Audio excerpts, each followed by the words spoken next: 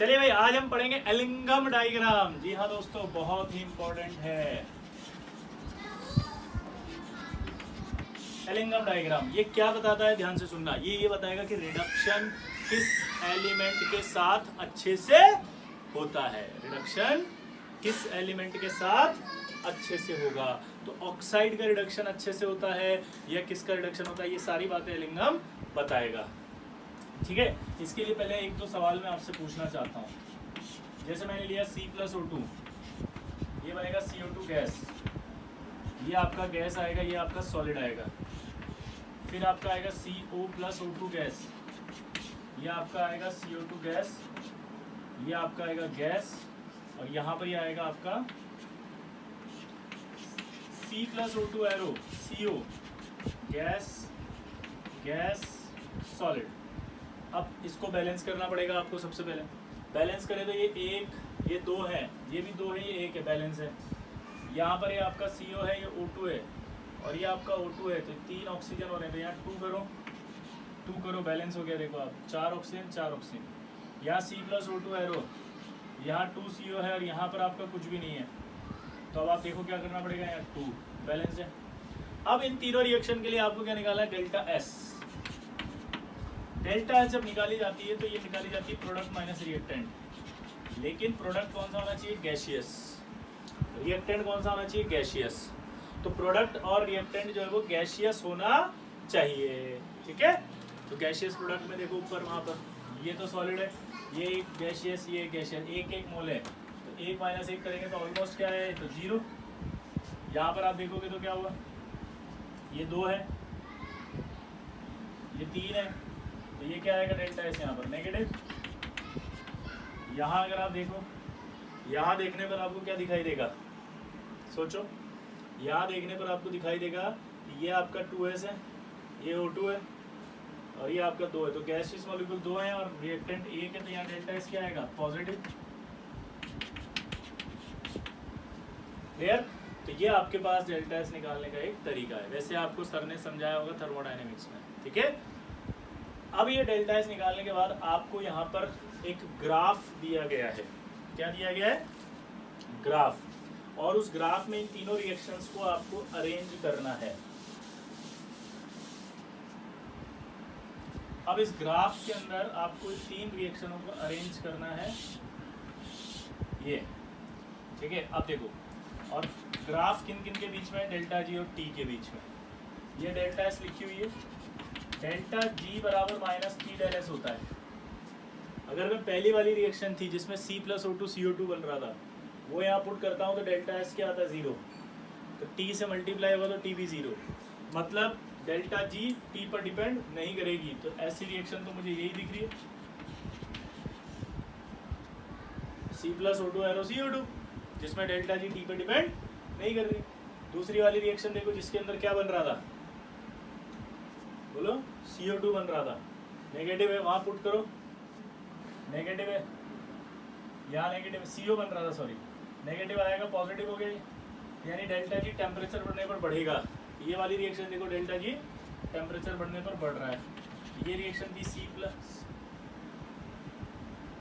CO+O2 arrow, CO2 gas, और यहाँ पर आपने इसको बैलेंस किया था, तब 2 आया था, यहाँ 2 आया था। ये वाली रिएक्शन देखो, डेल्टा एस पॉजिटिव पुट करोगे तो नेगेटिव हो जाएगा ये, तो यानी कि डेल्टा जी टेम्परेचर बढ़ाने पर घटेगा, ये नीचे आ जाएगा।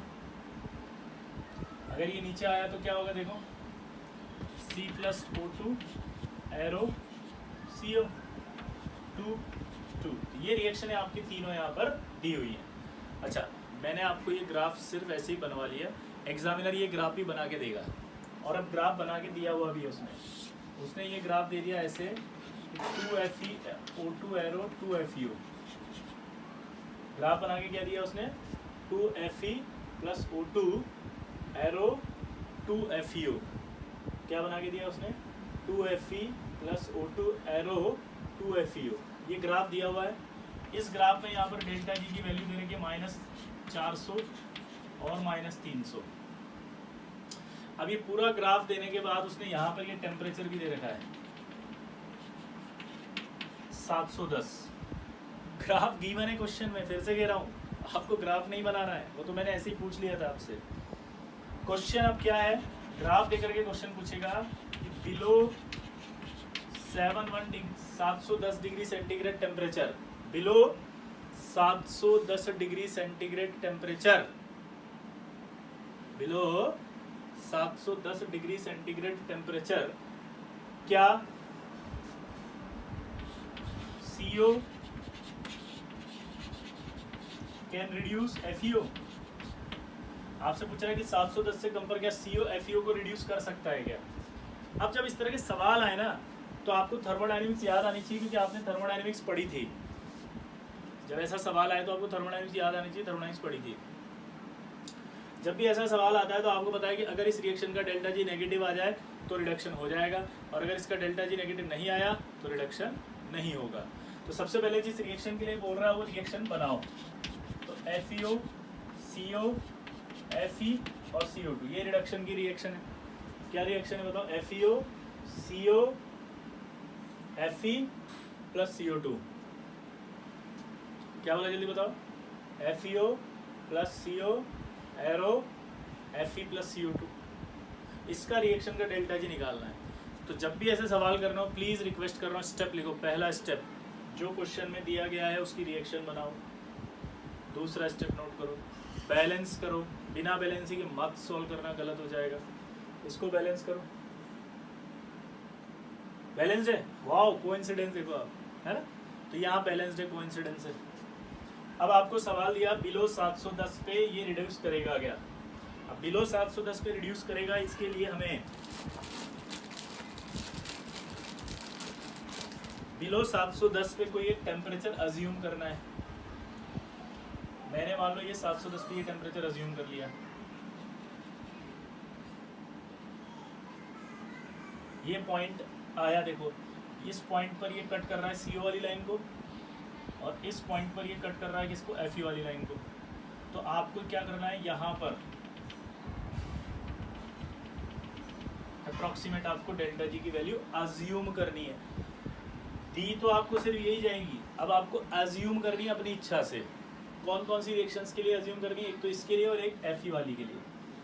तो जो Fe वाली रिएक्शन है वो है Fe plus O2 arrow 2FeO, और जो दूसरी रिएक्शन दे रही है वो है आपका 2CO plus O2 arrow 2CO2। अब इसका डेल्टा जी निकालें अगर तो 300 से 400 के बीच में कहीं आ रहा है। मैंने मान लिया इसका 360, इसका कहाँ आ रहा है? अप्रोक्सीमेट 300 के जस्ट नीचे, यानी अप्रोक्सीमेट मैंने मान लिया 320। ठीक है, तो ये डेल्टा जी मैंने अज्यूम कर लिया। आप 310 मानोगे तो भी सही है, आप 350 मानोगे तब भी सही है। तो आप ये टेंशन मत लेना, ठीक है, वो सही है। क्लियर सबको? वो सही है। अब देखते हैं अपन ध्यान से, यहाँ पर जो डेल्टा जी निकालनी है इस रिएक्शन की वो तो 1 मोल है, और ये सब 2-2 मोल के लिए है। तो इसको डिवाइड बाई 2 करना पड़ेगा, डिवाइड बाई 2 करना पड़ेगा। तो डिवाइड बाई 2 करते कितना है? माइनस, बोलो 332 डिवाइड बाई 2 करो, 160 हो गया। इसको करो, कितना आएगा? 180 हो गया। अब ये हमारे पास इनकी जो वैल्यूज है वो आ गई हैं। अब ये वैल्यूज आने के बाद हमें क्या करना है? इस रिएक्शन का डेल्टा जी निकालना है। अगर इस रिएक्शन का डेल्टा जी निकालना है तो कैसे निकालें? इनकी हेल्प से निकालना था। इनका 1 मोल कर दिया मैंने डेल्टा जी, लेकिन अब इन दोनों रिएक्शन को जब आप मिलाओगे तो ये रिएक्शन बननी चाहिए। तो आपको सर ने बताया होगा कि इस रिएक्शन को मिलाने के लिए इस रिएक्शन को उल्टा करना पड़ेगा, क्योंकि FeO इधर आ रहा है, CO तो लेफ्ट में ही है। तो ये रिएक्शन ऐसी कैसी रहेगी, बट इस रिएक्शन को उल्टा करना पड़ेगा।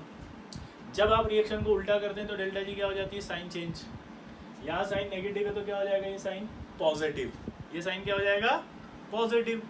तो यहाँ पर ये साइन पॉजिटिव होगा तो ये क्या आएगा? डेल्टा जी बराबर, यहाँ देख के बताओ, माइनस था तो इसका हो जाएगा ये 160 प्लस, और ये माइनस का माइनस ही है तो ये आ जाएगा माइनस 180। तो डेल्टा जी अभी क्या आएगी? Total negative. डेल्टा जी क्या है यहाँ पे? नेगेटिव।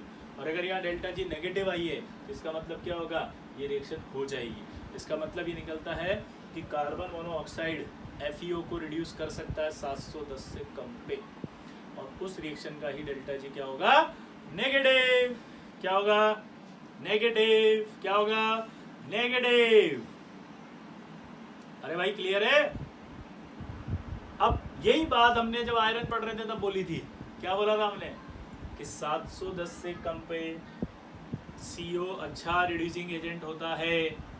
तो 710 से कम पे CO अच्छा रिड्यूसिंग एजेंट होता है, इसीलिए हमने क्या कहा था आयरन के लिए कि प्रिंसिपल रिड्यूसिंग एजेंट आयरन है, sorry principal reducing agent iron के लिए CO है, कार्बन मोनोऑक्साइड। याद आया, ये प्रूव हो गया। देखो क्लियर।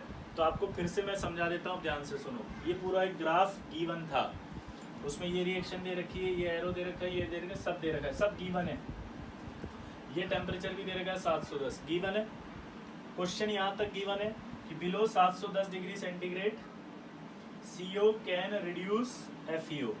CO क्या कर सकता है, FeO को रिड्यूस कर सकता है। दोबारा बोलो, क्या बोला मैंने, CO FeO को रिड्यूस कर सकता है। क्या बोला, जल्दी बताओ मैंने, CO FeO को रिड्यूस कर सकता है। तो ये CO है तो इस FeO को रिड्यूस कर देगा। क्लियर। अब CO FeO को रिड्यूस कर सकता है, इसलिए सवाल दिया तो उसने रिएक्शन बना लिया अपन ने। अभी हमने रिएक्शन बना ली FeO plus CO arrow Fe plus CO2, ये रिएक्शन बन गई। आया ना। इसका डेल्टा जी निकालना था। अगर नेगेटिव आएगा तो रिएक्शन हो जाएगी, अगर नेगेटिव नहीं आया तो रिएक्शन नहीं होगी। सिंपल है। अब कैसे निकालूं डेल्टा जी सर, मैं सिखाता हूँ। इस ग्राफ में आपसे कहा 710 से कम पे, तो 710 ये था। आपको कोई एक ऐसा पॉइंट लेना है जो टेम्परेचर कम रखता हो 710 से। तो कौन सा पॉइंट आएगा, ये देखो 710 से कम पे, इधर कोई भी ले लो आप ये मत सोचना सर मैं यहाँ ले लूँ, हाँ यस सर मैं यहाँ ले लूँ, हाँ कोई भी ले लूँ, ठीक है। जैसे आपने ये पॉइंट लिया तो ये लाइन यानी कि ये टेम्परेचर पर ये लाइन यहाँ कट हो रही है, इस पॉइंट पर इसका डेल्टा जी निकालना है, इस पॉइंट पर इसका डेल्टा जी निकालना है। अब डेल्टा जी कैसे निकालें, तो उसने गिवन है 400 और 300, तो आपको कुछ नहीं करना है, एज्यूम करना है 300-400 के बीच में आपने ये वाली वैल्यू एज्यूम कर ली 360, 300 से जस्ट नीचे है तो 320 आपने एज्यूम कर ली। यहाँ तक क्लियर हुआ सबको। अब यहाँ क्लियर होने के बाद आपको क्या करना था, कि ये सब 2 मोल के लिए है, आपको रिएक्शन में कितने मोल के लिए चाहिए, 1 मोल के लिए। तो आपने क्या करा, इसको डिवाइड बाई 2 यहाँ तक क्लियर है।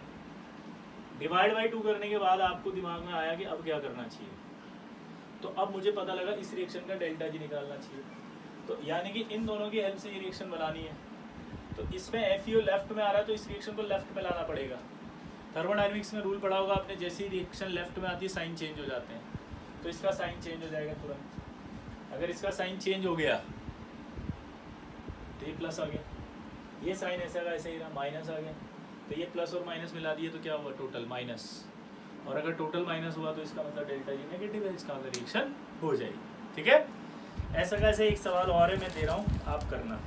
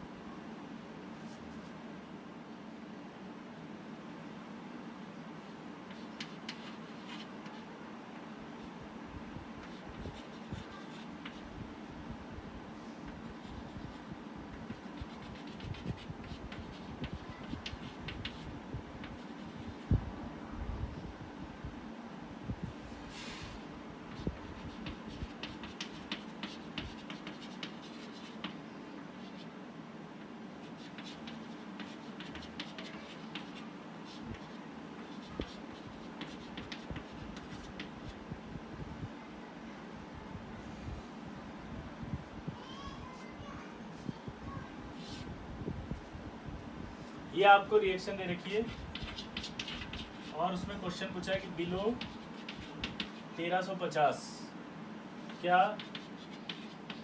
L2O3 को ये मैग्नीशियम रिड्यूस कर देगा, क्या ये रिएक्शन होगी क्या। सवाल समझ में आ गया, क्या मैग्नीशियम L2O3 को रिड्यूस कर सकता है क्या 1350 से कम पे?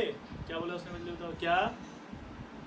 मैग्नीशियम इस L2O3 को रिड्यूस कर सकता है क्या 1350 से कम पे? चलो ट्राई करो, वैसे ही करना है। पहला स्टेप, इसकी रिएक्शन आप बनाओगे। दूसरा स्टेप, इसको आप बैलेंस करोगे। तीसरा स्टेप, 1350 से कम पर एक टेम्परेचर अज्यूम करोगे। चौथा स्टेप, फिर उस टेम्परेचर से डेल्टा जी अज्यूम करोगे। हमेशा फिक्स है ये, डेल्टा जी ही रहेगा, ये टी रहेगा, नहीं देगा तब भी अज्यूम आपको यही करना है, फिक्स है ये। दोबारा से, पहला स्टेप इसे बैलेंस, इसे लिखोगे। दूसरा स्टेप बैलेंस करोगे। तीसरा स्टेप जो टेम्परेचर दिया उससे कम पर एक टेम्परेचर अज्यूम करोगे। चौथा स्टेप उस अज्यूम टेम्परेचर के बाद यहाँ डेल्टा जी अज्यूम करोगे। पाँचवा स्टेप, इन दोनों रिएक्शन के लिए डेल्टा जी लिखोगे। छठा स्टेप, ये जितने मोल के लिए है उतने मोल के लिए डेल्टा जी नहीं चाहिए मुझे चाहिए इतने मोल के लिए जो यहाँ बैलेंस्ड आएगी। तो उस डेल्टा जी को इस रिएक्शन के लिए आप कन्वर्ट करोगे, यानी कि काट पीट के, जैसे हाफ करना है या कुछ और करना है। फिर उसके बाद उन दोनों रिएक्शन से इस रिएक्शन को बनाओगे। जो इधर आ रहा है उसको इधर लाओ, जो उधर जा रहा है उसको उधर जाओ, फिर डेल्टा जी निकालो, आपका आंसर आ जाएगा। स्टेप्स मैंने बता दिए, ट्राई करो फटाफट जल्दी।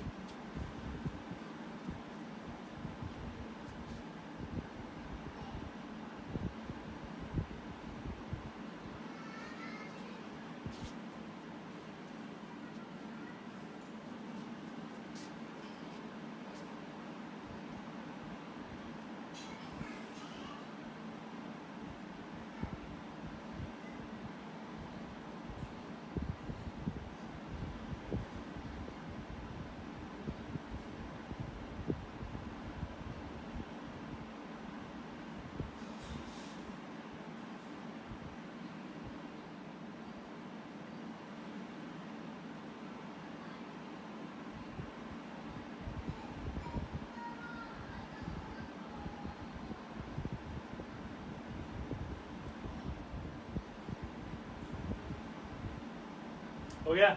चलिए देखो कैसे किया इसको। वही L2O3 किया प्लस मैग्नीशियम किया, arrow magnesium oxide plus aluminium. अब देखो यहाँ पर क्या है 2, तो यहाँ 2 आएगा, यहाँ पर 3 है तो 3 आ गया। मैग्नीशियम भी यहाँ 3 आएगा। क्या ये बैलेंस्ड है? देखो जरा, यस बैलेंस्ड है। क्लियर? इसका डेल्टा जी निकालना है। अब इसका डेल्टा जी निकालने के लिए क्या करना है, 1350 दिया हुआ था, इससे कम पर कोई भी एक टेम्परेचर ले लिया।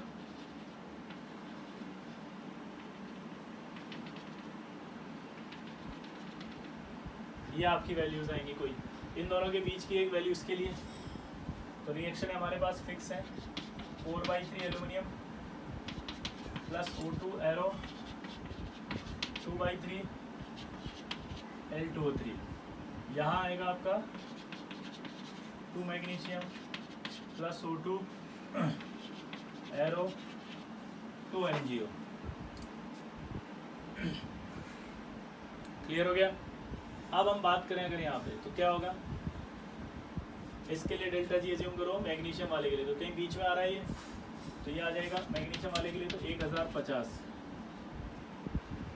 यहाँ अगर हम बात करें इसकी तो क्या आ रहा है, ये 4/3 एल्यूमिनियम है, इससे जस्ट ऊपर है, ये अपन ने ले लिया मान लो 950 माइनस, तो ये माइनस 950 हुआ और ये माइनस 1050 हुआ।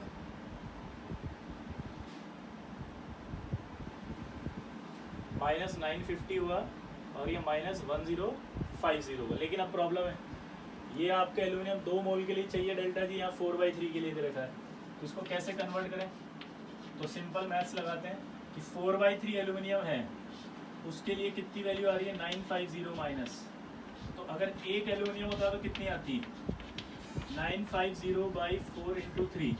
अब मुझे कितने मोल के लिए चाहिए 2, तो कितना आएगा ये 950 3 × 2, ये 2 से 4 कट जाएगा तो 3/2 बचा ये, यानी कि ये 3/2 आया। इसी तरह से इसके लिए बनाना पड़ेगा, 2 मैग्नीशियम के लिए कितना वैल्यू आ रहा है 1050, कितना आ रहा है 1050। अब देखो 1 के लिए कितना आएगा 1050/2, ठीक है। अब कितने मोल के लिए निकालना है वहां पर मैग्नीशियम, 3 के लिए, 3 मोल के लिए निकालना है तो 1050/2 इंटू 3। व्हाट अ कोइंसिडेंस, ये भी 3/2 ही आया, ठीक। अब फिर से वही बात आएगी, इन दोनों रिएक्शन की हेल्प से ये बनाना था, अब इनकी हेल्प से ये बनाना था, तो क्या करें। तो भाई मैग्नीशियम वाली रिएक्शन तो ऐसी कैसी दिख रही है भाई, एल्यूमिनियम वाली चेंज हो रही है, इधर आ रही है। एल्यूमिनियम वाली अगर इधर आ रही है तो ये जो वैल्यू दिख रही है वो नेगेटिव से क्या होगी, पॉजिटिव, और ये वाली नेगेटिव की नेगेटिव ही रहेगी। अब मैंने देखा ये 1050 है, ये 950 है, तो ये कम है ये ज़्यादा है, तो ये वाली वैल्यू हो रही है पॉजिटिव, ये वाली क्या हो रही है पॉजिटिव, और ये वाली क्या हो रही है नेगेटिव।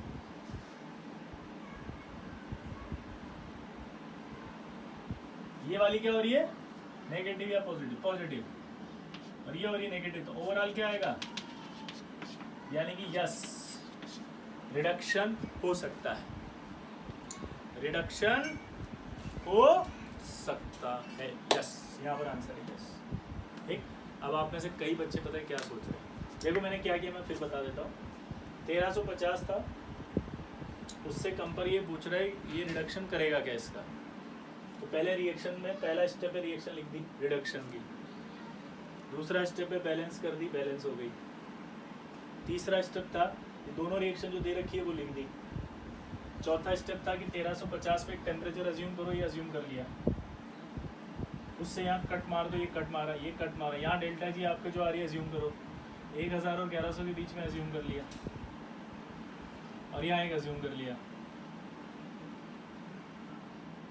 यहाँ आ गया आपका ये 950, ठीक है, और ये अज्यूम कर लिया 1050। लेकिन प्रॉब्लम है मुझे यहाँ पर क्या दिक्कत थी कि ये एल्यूमिनियम आ रहा है 4/3 के लिए, और मुझे चाहिए कितने के लिए 2 के लिए, तो इसका मतलब देसी तरीके बताओ 4/3 के लिए कितना है 950, एक के लिए कितना है 950/4 इंटू 3, तो 2 के लिए चाहिए तो इंटू 2। इसी तरह मैग्नीशियम के लिए 2 के लिए कितना है 1050, एक के लिए कितना होगा 1050/2, 3 के लिए कितना होगा 1050 इंटू 3/2। वो सॉल्व वो लिख दिया।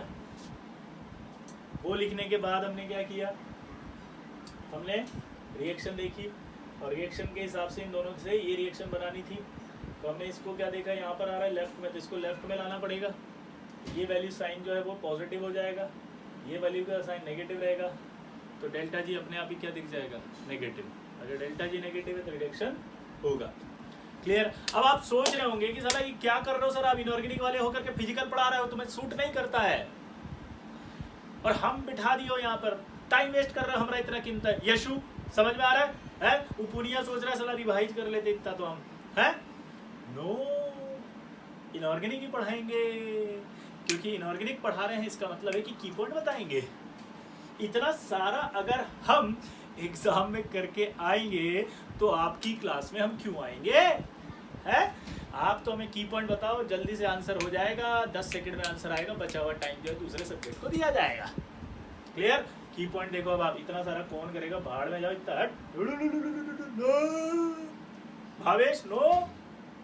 की पॉइंट सुनो, नीचे वाला मेटल ऊपर वाले मेटल के ऑक्साइड को आसानी से रिड्यूस कर सकता है, लेकिन ऊपर वाला मेटल नीचे वाले मेटल ऑक्साइड को ओनली हाई टेम्परेचर पे रिड्यूस कर सकता है। जैसे ये देखो, अब ये पॉइंट कट हो रहा है, तो इस कट होने पर ये अपने आप नीचे आ जाएगा, और ये पॉइंट देखो आप ये ऊपर चला जाएगा। तो जब इस पॉइंट से आगे वाला टेम्परेचर देंगे तो एल्यूमिनियम अपने आप नीचे हो गया, मैग्नीशियम ऊपर हो गया, तो ये एल्यूमिनियम फिर मैग्नीशियम ऑक्साइड को रिड्यूस कर देगा। यानी सवाल क्या था कि अबव 1350 पे क्या एल्यूमिनियम मैग्नीशियम ऑक्साइड को रिड्यूस कर सकता है? यस, क्योंकि डेल्टा जी नेगेटिव आएगी। की पॉइंट नोट करो, नीचे वाला मेटल ऊपर वाले मेटल के ऑक्साइड को आसानी से रिड्यूस कर सकता है। दोबारा लिखो, नीचे वाला मेटल ऊपर वाले मेटल के ऑक्साइड को आसानी से रिड्यूस कर सकता है, लेकिन ऊपर वाला मेटल नीचे वाले मेटल के ऑक्साइड को ओनली एट हाई टेम्परेचर पर ही रिड्यूस कर सकता है, जहां पर वो इंटरसेक्ट हो रहे होंगे। इस पॉइंट पर ये इंटरसेक्ट हो रहे हैं, तो इसी पॉइंट से आगे पर वो रिड्यूस कर रहा होगा। नोट कर लिया। फील लेते हैं इसकी कि आखिर ऐसा क्यों हुआ होगा। ये जो पॉइंट है ना, इस पर डेल्टा जी ले रहे हैं। डेल्टा जी जब लेते हैं तो नीचे वाला देखो आप माइनस में ज़्यादा होता है, ऊपर वाला क्या होता है कम। तो जो नीचे वाला होगा उसका डेल्टा जी हमेशा ज़्यादा होगा, और जो ऊपर होगा उसका डेल्टा जी नेगेटिव में कम होगा। अच्छा, अब आपने कहा ये रिड्यूस करे, तो इसका मतलब ये रिड्यूस करेगा तो रिएक्शन में ये हमेशा ऐसे आएगा और ये ऑक्साइड बना रहा होगा, और ये रिड्यूस किसको कर रहा होगा, ऑक्साइड को। यानी ये रिएक्शन हमेशा लेफ्ट इधर आएगी, यानी इसका जो डेल्टा जी होगा वो हमेशा पॉजिटिव वैल्यू बनेगी, और इसका जो डेल्टा जी होगा वो नेगेटिव वैल्यू बनेगी। तो नेगेटिव वैल्यू ज़्यादा ही होगी ना अगर ये नीचे है तो इसलिए डेल्टा जी हमेशा नेगेटिव आएगी। तो इसलिए की पॉइंट बन गया सीधा कि नीचे वाला जो होगा ऊपर वाले को आसानी से रिड्यूस कर देगा, लेकिन ऊपर वाले नीचे वाले को करवाना है तो हाई टेम्परेचर पे रिड्यूस करेगा जब वो इंटरसेक्ट कर रहा होगा उसके आगे। क्लियर? तो की पॉइंट समझ में आया भाई? अब इसी की पॉइंट का इस्तेमाल करते हुए आंसर बताने, बस अभी इतना सॉल्व नहीं करेंगे आज के बाद।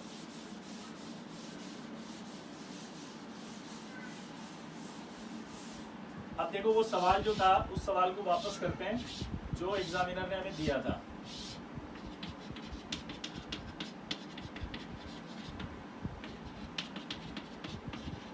ऐसा कुछ था और पूछा था कि इस टेम्परेचर से 710 से कम पे CO करेगा क्या, तो CO नीचे FE ऊपर है। आंसर क्या देना था, यस कर देंगे। दूसरा सवाल देखो, ऐसा कुछ था,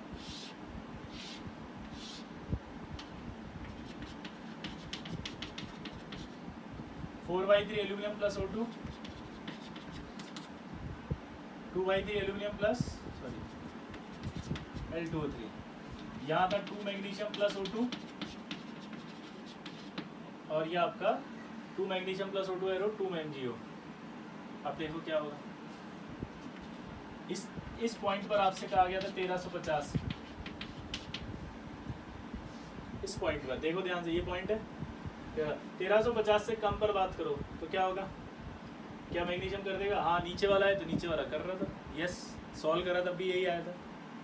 क्लियर? और अगर आपसे उल्टा पूछता कि 1350 से अबव पे कौन करेगा, तो एल्यूमिनियम मैग्नीशियम ऑक्साइड को कर देगा। क्लियर? तो सॉल्व करने की कोई ज़रूरत ही नहीं, की पॉइंट से आंसर आ रहे हैं। चलो एक सवाल है, अब ये करके बताओ।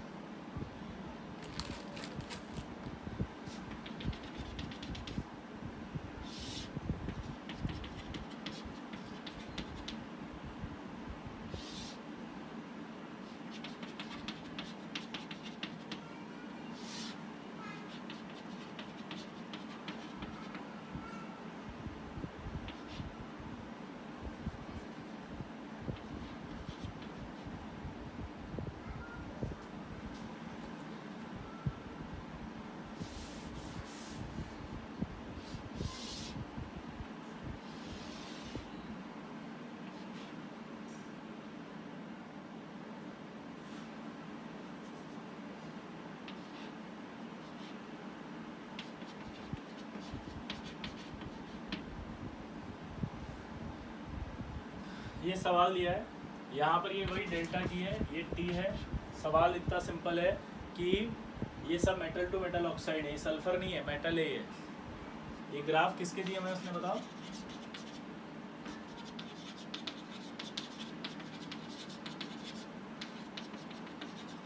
Metal to metal oxide. ठीक है, ये सब मेटल्स हैं। पहला सवाल क्या दिया है कि विच ऑफ द, ये यहाँ पर डेल्टा जी 0 दिया हुआ है, Which of the following metal oxide will decompose first? कौन सा ऐसा मेटल ऑक्साइड है जो सबसे पहले टूटेगा? चलो सोचो फटाफट। Which of the following metal oxide will decompose first? चलो बताओ फटाफट।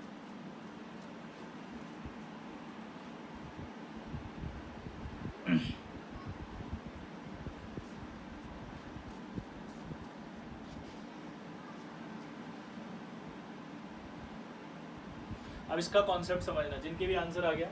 यहाँ डेल्टा जी 0 होता है और ये पॉइंट ऐसा है जहाँ पर इस ग्राफ ने इस लाइन को टच कर दिया, यानी इस पॉइंट पर डेल्टा जी 0 हो चुका है, और डेल्टा जी 0 से जैसे ऊपर जाओगे आप डेल्टा जी पॉजिटिव आ जाएगी। अगर डेल्टा जी पॉजिटिव आती है तो आप सबको पता है कि डेल्टा जी पॉजिटिव आने पर रिएक्शन जो है वो बैकवर्ड आती है। डेल्टा जी अगर पॉजिटिव आएगा तो रिएक्शन जो होगी वो कहाँ आएगी, बैकवर्ड। रिएक्शन कहाँ आएगी, बैकवर्ड। मतलब ये टूट जाएगा, इधर आ जाएगी। तो सबसे पहले कौन सा मेटल ऑक्साइड टूटेगा? SO2। सबसे पहले SO2 टूटेगा। इसका मतलब कॉन्सेप्ट भी आपका क्लियर हो गया कि कभी भी ग्राफ में आपको ऐसे डेल्टा जी बराबर 0 दे दे तो जो ग्राफ की लाइन सबसे पहले इस डेल्टा जी 0 की लाइन को टच करेगी वो ग्राफ में वो मेटल ऑक्साइड सबसे पहले टूटेगा। वो ग्राफ में मेटल ऑक्साइड सबसे पहले टूटेगा, वो टूट गया। दूसरा सवाल लिखो कि which of the following metal oxide will reduce by you eight normal temperature या एट इजीली। मतलब ये यू मेटल ऐसे कौन से ऑक्साइड है जिनको आसानी से रिड्यूस कर सकता है? जल्दी बताओ।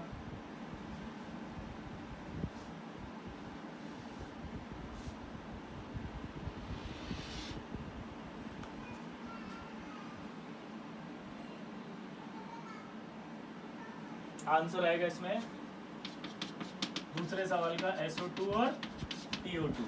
आसानी से रिड्यूस कौन कर सकता है? सिंपल था कि नीचे वाला मेटल आसानी से ऊपर वाले मेटल के ऑक्साइड को रिड्यूस कर सकता है। ठीक है। तीसरा सवाल, ऐसा कौन सा मेटल ऑक्साइड है जिसे you metal only eight high temperature पे रिड्यूस कर सकता है? You metal only eight high temperature. तो आप देखो ओनली एट हाई टेम्परेचर पे तो नीचे वाले को कर सकते हैं, ऊपर वाला मेटल नीचे वाले मेटल के ऑक्साइड को रिड्यूस कर सकता है। तो आंसर ये थर्ड आ गया, VO2। इस तरह से सवाल पूछे जाएंगे। चौथा सवाल कि जब यू मेटल TO2 और SO2 को रिड्यूस कर सकता है आसानी से, तो दोनों में से भी ज़्यादा आसानी से किसे रिड्यूस कर सकता है? सोचो।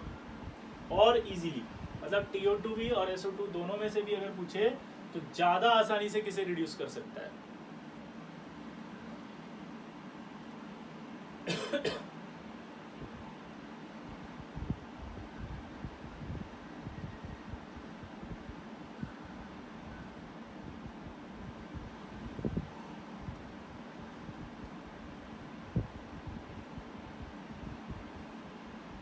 SO2 को, क्योंकि यहाँ पर जो भी वैल्यू होगी ये वैल्यू होगी, ये वैल्यू मैंने बोला था क्या होगी? नेगेटिव रहेगी, ये वैल्यू पॉजिटिव बनेगी। ये वैल्यू और आपका क्या होगी? गैप ज़्यादा। कॉन्सेप्ट समझना, ये वैल्यू और ये वैल्यू में डिफरेंस कम है, ये वैल्यू और ये वैल्यू में डिफरेंस ज़्यादा है, तो ज़्यादा गैप ज़्यादा किस में आएगा? इसमें। जितना ज़्यादा गैप होगा ग्राफ के अंदर वो इतना इजीली रिड्यूस होगा। क्यों होगा रिड्यूस इजीली? सोचो, मान लीजिए हमने ये 400 लिया, यहाँ पर ये 300 माइनस लिया, ये 200 माइनस लिया, डेल्टा जी की वैल्यू ये 100 माइनस लिया। तो ये मेटल जब इसको रिड्यूस कर रहा होगा तो डेल्टा जी की वैल्यू -300 है, -200 प्लस 200 बनेगी है, तो -100 बचेगा। लेकिन यहाँ -200 बचेगा। तो यहाँ एक कॉन्सेप्ट समझ लो, अगर ये U इन दोनों को रिड्यूस कर सकता है आसानी से, तो ज़्यादा आसानी से किसे करेगा? जिसमें ज़्यादा गैप आएगा। क्लियर? क्योंकि उसका डेल्टा जी उतना ज़्यादा नेगेटिव हो जाएगा। ठीक है, तो ये आपका कॉन्सेप्ट है, ऐसे सवाल आपसे पूछेंगे। क्लियर कर लेंगे?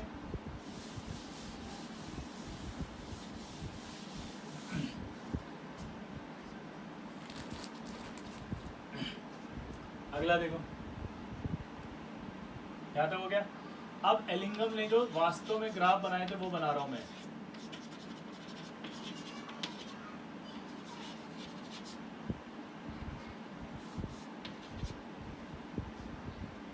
एलिंगम डायग्राम जो असली के थे, पहला सवाल पूछेगा, लेकिन पहले मैं डायग्राम बना देता हूँ।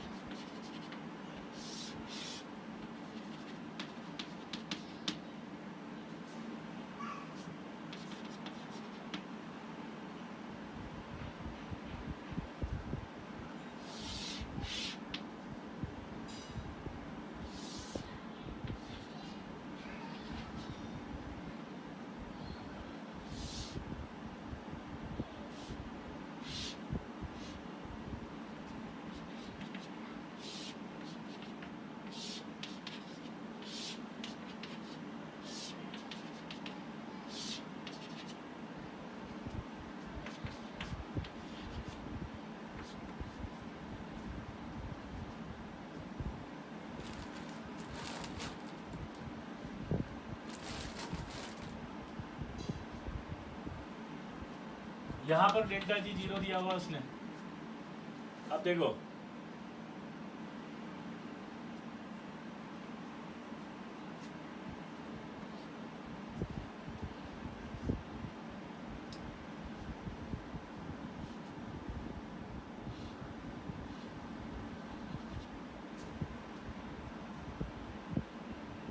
देखो इधर, ये आपके एलिमेंट थे डेल्टा जी और टी के बीच में। क्लियर सबको? आया ना? बोलो जल्दी, क्या बोला मैंने? ये डेल्टा जी और ये टी, इन दोनों के बीच में ग्राफ है। अब यहाँ पर एक खास बात आ रही है, वो ये आ रही है, ध्यान से सुनना, कि ये जो एलिमेंट है नहीं याद कैसे करें। तो इसका की पॉइंट मैंने आपको बताया था, याद है? स्टार्टिंग में जब अपन ने मेटलर्जी स्टार्ट किया था तो बोला था लीके काका ने मांगी अलमारी, money generator, car, fridge, CD कोनी इसने। ठीक है, एक बार जरा मैं लिखता हूँ, उनको देखना जरा।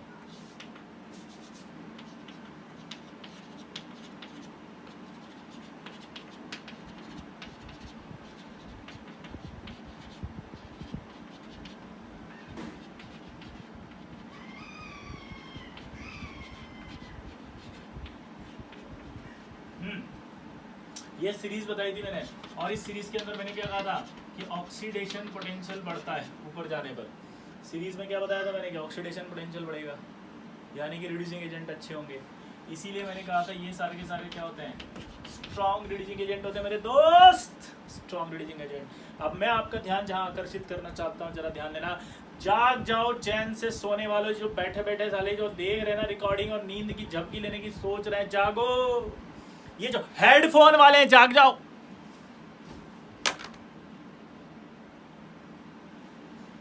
फील लेना, स्ट्रॉन्ग रिड्यूसिंग एजेंट है। एलिंगम में हमने एक लाइन बोली थी कि जो नीचे वाला होगा ऊपर वाले को रिड्यूस आसानी से करेगा।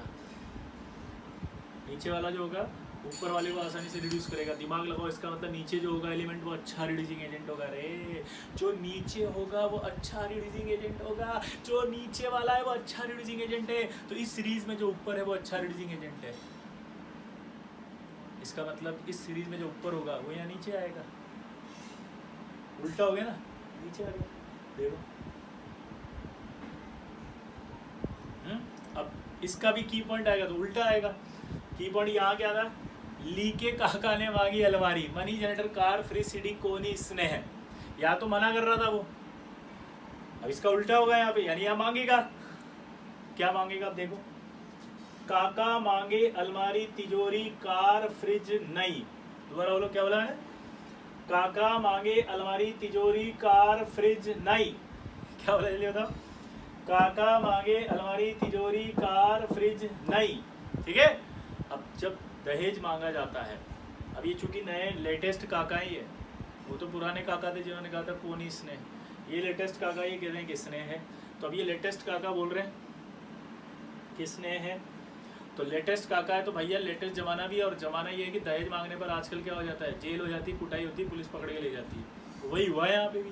क्या हुआ देखो, काका मांगे अलमारी, तिजोरी, कार, फ्रिज नई, इसीलिए कुटा होगा आज। इसीलिए कुटा होगा आज। काका मांगे अलमारी, तिजोरी, कार, फ्रिज नई, इसीलिए कुटा होगा आज। दोबारा बोलो, काका मांगे अलमारी, तिजोरी, कार, फ्रिज नई, इसीलिए कुटा होगा आज। क्लियर? ये एलिमेंट्स हैं आपके। इन एलिमेंट्स के अंदर ये 356 है, ये 1120। अब इसने कुछ ग्राफ की बात की थी, वो ग्राफ की बात हम करते हैं। पहला पॉइंट, एलिंगम डायग्राम क्या होते हैं? तो आपसे पूछा कि डेल्टा जी वर्सेस टी को ही हम क्या कहते हैं? एलिंगम डायग्राम कहते हैं। Delta G naught versus T जो ग्राफ होंगे वो ग्राफ सारे क्या कहलाएंगे? Ellingham diagram. सेकंड पॉइंट,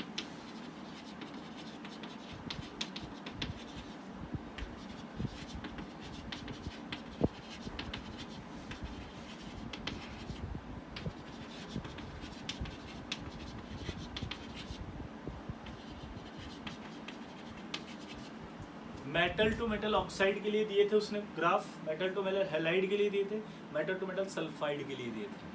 3 के लिए उसने ग्राफ दिए थे जब उसने अपना समझाने की कोशिश की थी। बट ये जो ग्राफ बना रहे हैं हम, above graph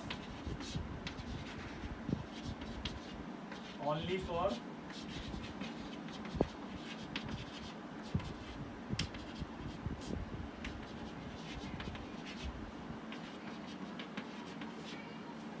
but above graph जो होंगे वो only for metal to metal oxide होंगे। क्या बोला जल्दी बताओ। अबव ग्राफ जो होंगे वो मेटल टू मेटल ऑक्साइड होंगे। ये ग्राफ सिर्फ मेटल टू मेटल ऑक्साइड है। अब अगर ये graph metal to metal oxide है तो जरा इनके बारे में स्टडी कर लेते हैं। ये आपका सॉलिड हो गया, ये गैस हो गया, और ये आपका क्या हो गया, सॉलिड।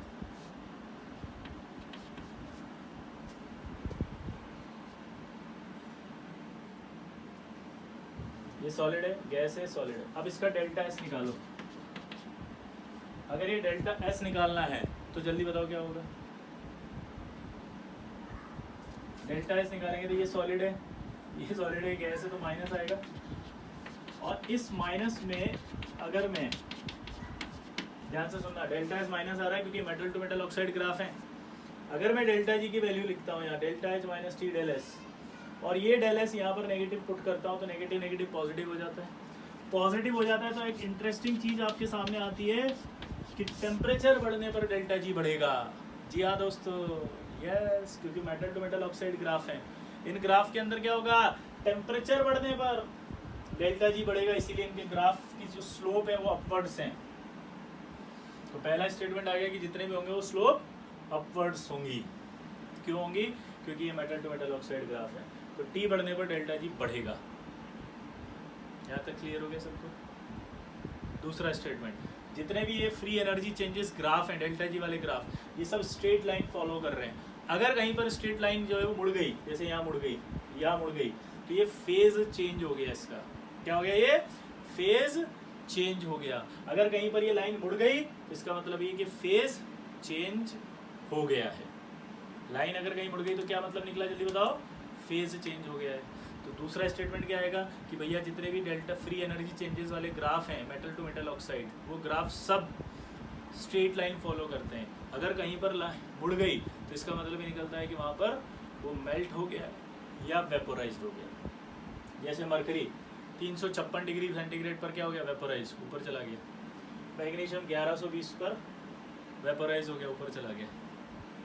दो स्टेटमेंट। तीसरा स्टेटमेंट सबसे इंपॉर्टेंट कि इस ग्राफ में अगर आप ध्यान से देखो,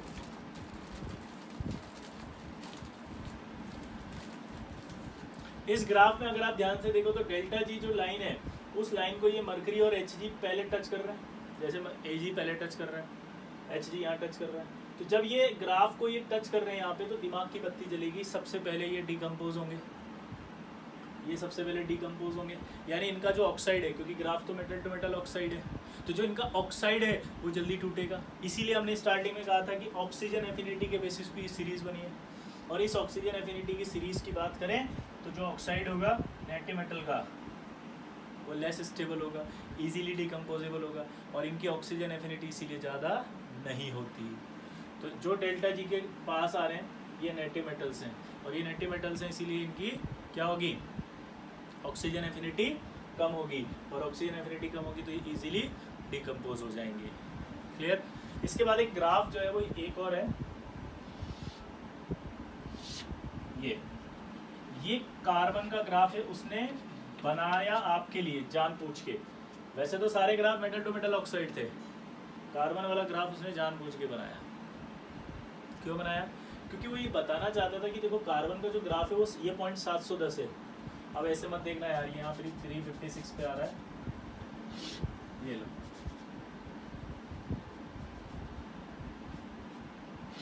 मतलब समझ रहे हो ना आप, ये थोड़ा ज्यादा रहेगा ऐसे, ठीक। यहाँ पर ये 356, ये आपका क्या आ गया, अब 710 के आसपास आएगा ये। तो उसने बताया कि कार्बन जो है 710 से कम टेम्परेचर पे ही अचानक से एकदम से नीचे आता है उसका ग्राफ, यानी कि ये नीचे रहता है काफ़ी सारी मेटल्स से। ये मेटल से नीचे रहेगा तो ये अपने ऊपर जितने भी मेटल टू मेटल ऑक्साइड है उनको रिड्यूस कर सकता है, नीचे वाला ऊपर वाले को रिड्यूस करेगा। तो कार्बन बिल्कुल नीचे आ रहा है, इसलिए वो आसानी से मेटल ऑक्साइड को रिड्यूस कर सकता है। इसलिए वो ये कहता है कि कार्बन का ही यूज़ करो आप रिडक्शन कराने के लिए मेटलर्जी में। क्यों, क्योंकि कार्बन अच्छा रिड्यूसिंग एजेंट होगा, उसका नीचे आने की वजह से रिड्यूसिंग पावर बहुत ज़्यादा होगा मेटल ऑक्साइड के लिए, इसलिए कैल्सिनेशन और रोस्टिंग होती थी। अब प्रॉब्लम ये थी कि कुछ मेटल्स का वो नहीं कर पा रहा था तो टेम्परेचर बढ़ाते थे, लेकिन प्रॉब्लम ये थी कि हाई टेम्परेचर करते ही वो कार्बाइड बना लेता था। तो कुछ के लिए फिर उसने कहा कि एल्यूमिनियम यूज़ करो, क्योंकि एल्यूमिनियम भी नीचे आता है, वो भी आसानी से रिड्यूस कर सकता है सबको। क्लियर? तो यहाँ पर क्या लिखेंगे कि carbon is a good reducing agent for metal oxide. At high temperature it can form carbide with many some metals, so aluminium reduction is used. Clear हो गया? अगली बात, वो की पॉइंट तो अपने को पता ही है कि मेटल जो नीचे वाला होगा वो ऊपर वाले को ऑक्साइड को रिड्यूस आसानी से कर देगा, और ऊपर वाला मेटल नीचे वाले मेटल के ऑक्साइड को आसानी से रिड्यूस नहीं करेगा। अब जब उसने ग्राफ बनाया, इन ग्राफ के अंदर तो एक सवाल आया कि हाइड्रोजन भी एक अच्छा रिड्यूसिंग एजेंट होता है। हाइड्रोजन क्या होता है बताओ? एक अच्छा रिड्यूसिंग एजेंट।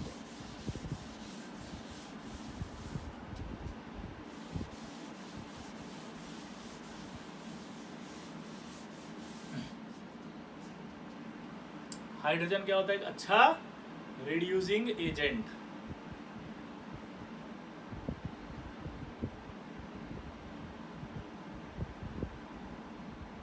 हाइड्रोजन एक अच्छा रिड्यूसिंग एजेंट होता है, लेकिन फिर भी हम यूज नहीं करते। वाई? सवाल समझ रहा है? हाइड्रोजन एक अच्छा रिड्यूसिंग एजेंट होता है, लेकिन फिर भी हम उसे यूज नहीं करते। वाई? तो सवाल सुनना पहला, उसका जो ग्राफ है वो बहुत ऊपर होता है ऐसे। अगर वो ग्राफ ऊपर रखेगा तो अपने से जो नीचे वाले एलिमेंट है उनको तो वैसे भी रिड्यूस नहीं कर पाएगा।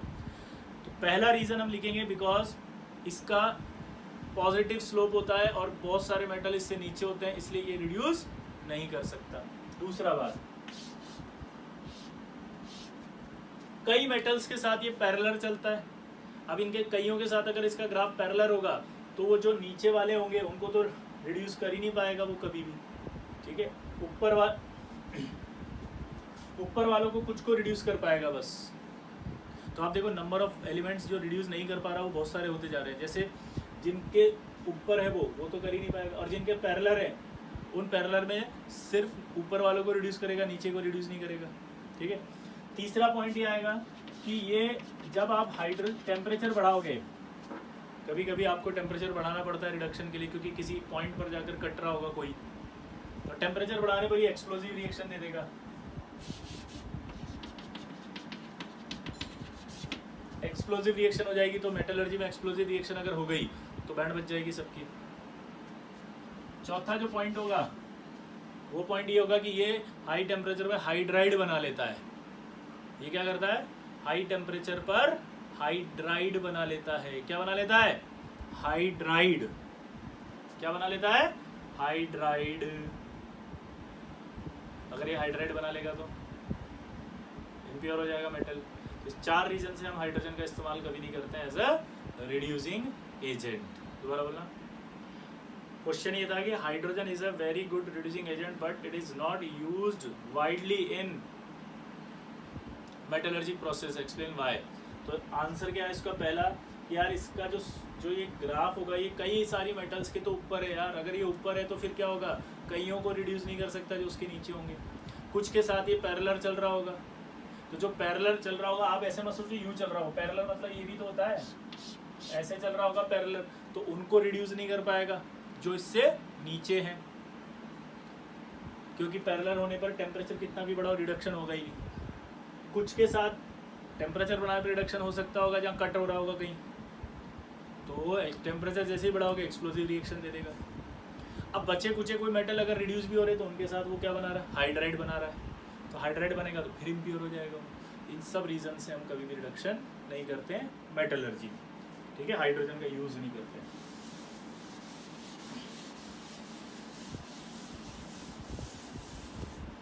अब सवाल पूछेगा, देखो एक बहुत इंपॉर्टेंट है।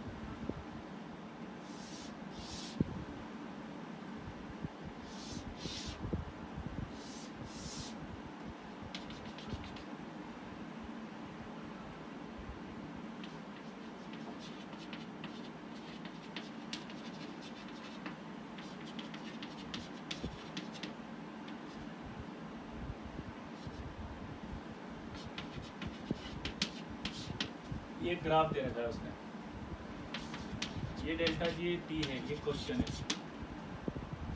अब सवाल ये पूछा है मिनिमम रिक्वायर्ड टेम्परेचर जिस पर ये कार्बन इस मैग्नीशियम ऑक्साइड को रिड्यूस कर दे। क्या बोला उसने, बताओ। मिनिमम रिक्वायर्ड टेम्परेचर जिस पर कार्बन इस मैग्नीशियम ऑक्साइड को रिड्यूस कर दे। तो आपको आंसर मैं बताता हूँ। आपको ये तो पता लगा कि सर बिलो होगा तो रिड्यूस कर देगा, अबव होगा तो हाई टेम्परेचर पे रिड्यूस कर देगा, लेकिन इंटरसेक्ट पॉइंट पर होगा तो क्या होगा। तो आपने थर्मोडायनेमिक्स में पढ़ा होगा कि इंटरसेक्ट पॉइंट पर जो डेल्टा जी होती है वो जीरो होती है, और अगर जीरो होती है तो वहाँ इक्विलिब्रियम होता है, और अगर इक्विलिब्रियम होगा तो ये मैग्नीशियम ऑक्साइड था, इसको कार्बन रिड्यूस करना चाह रहा था, तो ये बनेगा मैग्नीशियम प्लस CO2, बैलेंस कर लो तो 2 2, ठीक है। तो ये आपका जो है वो इक्विलिब्रियम पर हो गया। तो रिडक्शन तो हुआ ना भाई इसका, इसने इसको रिड्यूस तो किया। तो क्वेश्चन ये पूछेगा कि मिनिमम रिक्वायर्ड टेम्परेचर क्या होगा, तो मिनिमम रिक्वायर्ड तो 1900 होगा जिस पर हो जाएगा, लेकिन 1900 से ज़्यादा लोगे तो ज़्यादा अच्छा होगा। क्यों? क्योंकि फिर ये इक्विलिब्रियम नहीं होगा, वो डायरेक्ट रिडक्शन कर देगा। तो मैंने आपको बिलो भी बता दिया, अबव भी बता दिया, इंटरसेक्ट पॉइंट पर एग्जैक्ट क्या होगा ये फील आई कि नहीं आई। तो इंटरसेक्ट पॉइंट पर एग्जैक्ट क्या होगा ये सही है। इक्विलिब्रियम स्टेब्लिश होता है तो रिडक्शन हो जाता है। नोट कर लेना, ये सवाल आता है, इंपॉर्टेंट है। इसके बाद एक सवाल पूछेगा आपसे कि यार टेम्परेचर बढ़ा रहे हैं हम, और यहाँ टेम्परेचर दे दिया T1 और T2, ये डेल्टा जी दे दिया और T दे दिया, और आपसे पूछा T1 क्या है T2 क्या है। ऑप्शन दे रखा मेल्टिंग पॉइंट है और ये ऑप्शन दे रखा बॉइलिंग पॉइंट है। क्या ये सही है क्या, ये सवाल पूछा उसने, ट्रू या फॉल्स का स्टेटमेंट है। तो यार मेरे को पता है कि जब स्ट्रेट लाइन चल रहा होता है और स्ट्रेट लाइन चलती है अगर आपने कोई भी वेरिएशन आया तो वो क्या हो जाता है, चेंज हो जाता है। कोई भी वेरिएशन आया तो वो चेंज हो जाता है, और चेंज अगर हो जाता है तो यानी कि फेज चेंज होगा, फेज चेंज होगा। तो यार जो पहले टेम्परेचर हो वो मेल्टिंग पॉइंट ही होगा, और उससे आगे जो जाएगा वही बॉइलिंग पॉइंट होगा ना। ऑब्वियस सी बात है ना, जो पहले वाला होगा वो क्या होगा, मेल्टिंग पॉइंट, और जो बाद वाला होगा वो क्या होगा, बॉइलिंग पॉइंट। सिंपल है। अच्छा, बॉइलिंग पॉइंट के आगे अगर टेम्परेचर देते हैं अपन तो वो वेपर में आ जाती है, और कोई भी मेटल जब वेपर में आती है ना तो वो प्योर हो जाती है, और अगर उस वेपर को कंडेंस कर लूँ तो प्योरेस्ट फॉर्म प्राप्त हो सकती है उस मेटल की। क्योंकि आपने जब उसको मेटल को उड़ा दिया, वेपराइज कर लिया, तो बाकी इम्प्योरिटी नीचे रह जाती है, वेपर आती है, उस वेपर को कंडेंस करते हैं, कंडेंस करके आप प्योर फॉर्म में प्राप्त कर सकते हैं। ठीक है, इस पॉइंट के अबव क्लियर हो गया ये। एक सवाल और मेरे मन में है कि जब रिडक्शन करते हैं तो सॉलिड फॉर्म में रिडक्शन ज़्यादा ईजियर होगा या मोल्टन फॉर्म में। सोचो, जब आप रिडक्शन करोगे तो सॉलिड वाली फॉर्म में ज़्यादा अच्छा होगा या मोल्टन फॉर्म में अच्छा होगा। सोचो, तो आंसर है मोल्टन फॉर्म में रिडक्शन ज़्यादा ईजियर होता है। क्यों? क्योंकि मोल्टन में डेल्टा एस यानी एंट्रोपी चेंज ज़्यादा होगा ना मोल्टन फॉर्म में, तो रिडक्शन ईजी हो जाएगा। थर्मोडायनेमिक्स लग रही है, डाउट पूछने से पहले थर्मोडायनेमिक्स सोच लेना, ठीक है। अगला, अब जो इम्पोर्टेंट पार्ट है वो क्या है अगला, वो ये है कि हमने एलिंगम में एक लाइन पढ़ी कि T बढ़ेगा तो डेल्टा जी बढ़ेगा, तो इसका मतलब T घटेगा तो डेल्टा जी भी घटेगा, और अगर डेल्टा जी घटेगा तो नेगेटिव होता रहेगा, और नेगेटिव होगा तो रिडक्शन जल्दी होना चाहिए। तो सवाल ये हो रहा है कि इसका मतलब अगर मैं रिडक्शन रूम टेम्परेचर पे कराऊं तो मेरे हिसाब से रूम टेम्परेचर पे रिडक्शन कराती और जल्दी होगा रिडक्शन। तो रूम टेम्परेचर पे रिडक्शन कराऊंगा तो और जल्दी होगा।